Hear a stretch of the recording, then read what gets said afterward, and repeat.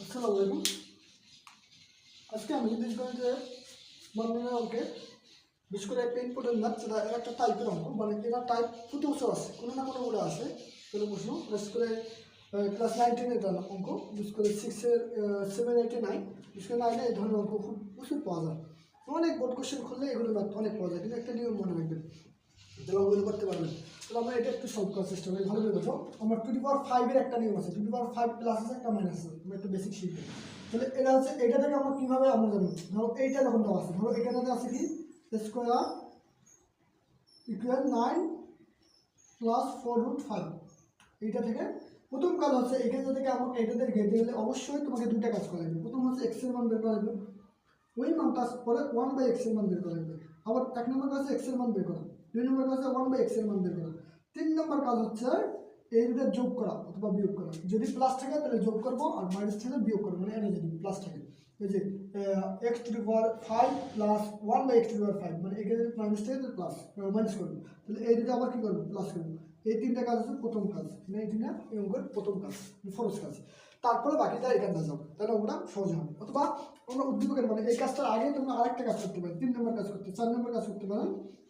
সেই 4 নম্বর কাজটা হচ্ছে একবার স্কোয়ারের মান বের করা, 1/স্কোয়ারের মান, আর একবার 5 নম্বর কাজ হচ্ছে কিউবের মান বের করা, 1/কিউবের মান, তিন মান বের করতে হবে।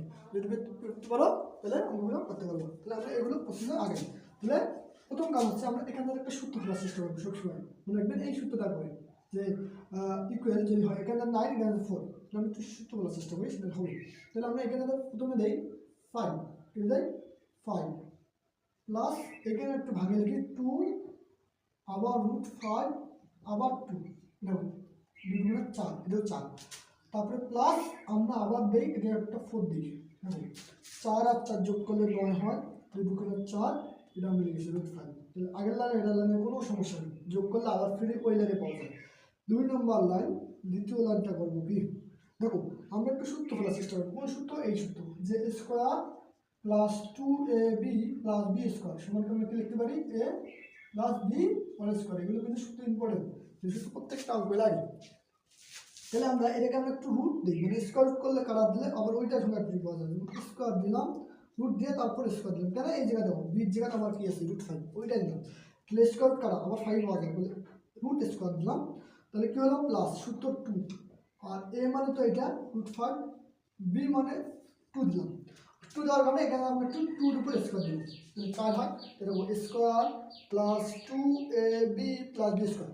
এইটার সময় আমরা লিখতে পারি, এর সময় লিখতে পারি কি a প্লাস